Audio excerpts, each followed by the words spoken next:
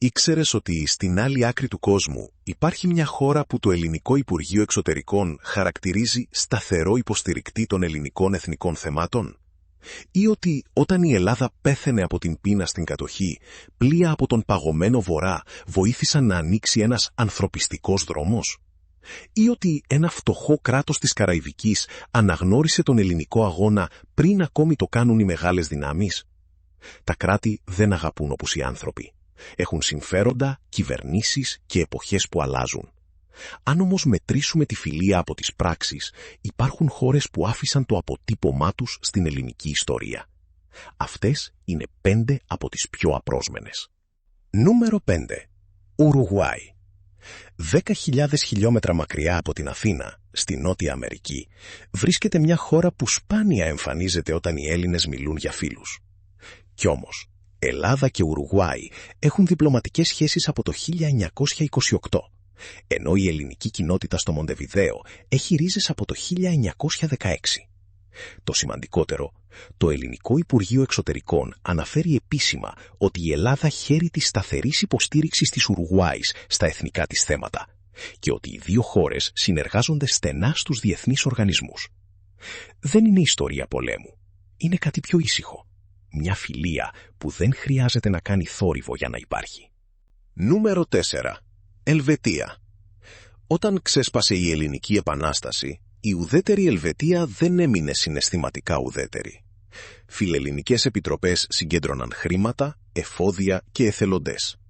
Ελβετοί ταξίδεψαν στην Ελλάδα και πολέμησαν δίπλα στους Έλληνες. Κάποιοι έχασαν τη ζωή τους στο Πέτα, στο Μεσολόγγι και στην πολιορκία της Ακρόπολης. Ξεχωρίζει ο τραπεζίτης της Γενέβης, Ζαν Γκαμπριέλ Εϊνάρ. Χρησιμοποίησε χρήματα, γνωριμίες και πολιτική επιρροή για να κρατήσει την ελληνική υπόθεση ζωντανή στην Ευρώπη. Το 1828, ενώ το Μεσολόγγι ασφικτιούσε, οργάνωσε αποστολή βασικών εφοδίων. Αργότερα συνέχισε να στηρίζει το νέο ελληνικό κράτος και συνδέθηκε με την ίδρυση της Εθνικής Τράπεζας. Και υπάρχει μια όμορφη αντιστροφή. Ο Ιωάννης Καποδίστριας είχε συμβάλει καθοριστικά στην πολιτιακή αναδιοργάνωση και την ουδετερότητα της Ελβετίας. Δύο νέες χώρες βοήθησαν με διαφορετικό τρόπο, η μία την άλλη. Νούμερο 3. Σουηδία. Χειμώνας του 1941. Κατεχόμενη Ελλάδα.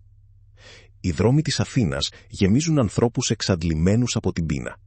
Η παραγωγή έχει καταρρεύσει, οι μεταφορές έχουν διαλυθεί και ο αποκλεισμός κάνει την κατάσταση ακόμη χειρότερη. Και τότε εμφανίζεται ένας ουδέτερος κρίκος, η Σουηδία. Με πρωτοβουλία του Σουηδικού Ερυθρού Σταυρού και διαπραγματεύσεις μέσω της Σουηδικής κυβέρνησης, οργανώθηκε μηχανισμός ανθρωπιστικής βοήθειας. Σουηδικά πλοία χρησιμοποιήθηκαν για τη μεταφορά τροφίμων, ενώ ουδέτερη επιτροπή επέβλεπε τη διανομή. Αμερικανικά διπλωματικά αρχεία καταγράφουν σχέδιο για μηνιαίες αποστολές 15.000 τόνων σιταριού ή αλευριού.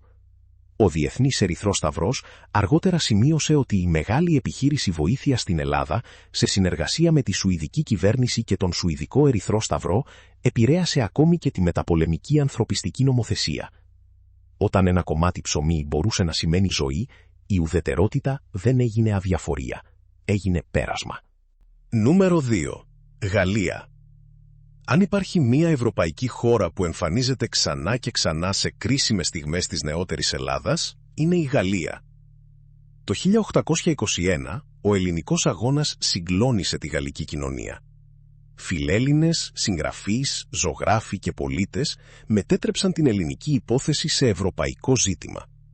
Οι πίνακες του Ντελακρουά για τη Χίο και το Μεσολόγγι έδωσαν πρόσωπο στον πόνο των Ελλήνων. Το 1827, γαλλικά πολεμικά πλοία πολέμησαν μαζί με βρετανικά και ρωσικά στον Αβαρίνο. Η καταστροφή του Οθωμανοαιγυπτιακού στόλου άλλαξε δραματικά την πορεία του αγώνα. Έναν χρόνο αργότερα, γαλλικό εκστρατευτικό σώμα έφτασε στο Μόρια. Και η σχέση συνεχίστηκε. Στη δικτατορία των συνταγματαρχών, η Γαλλία έγινε καταφύγιο για Έλληνες καλλιτέχνες, διανοουμένους, συνδικαλιστές και πολιτικούς.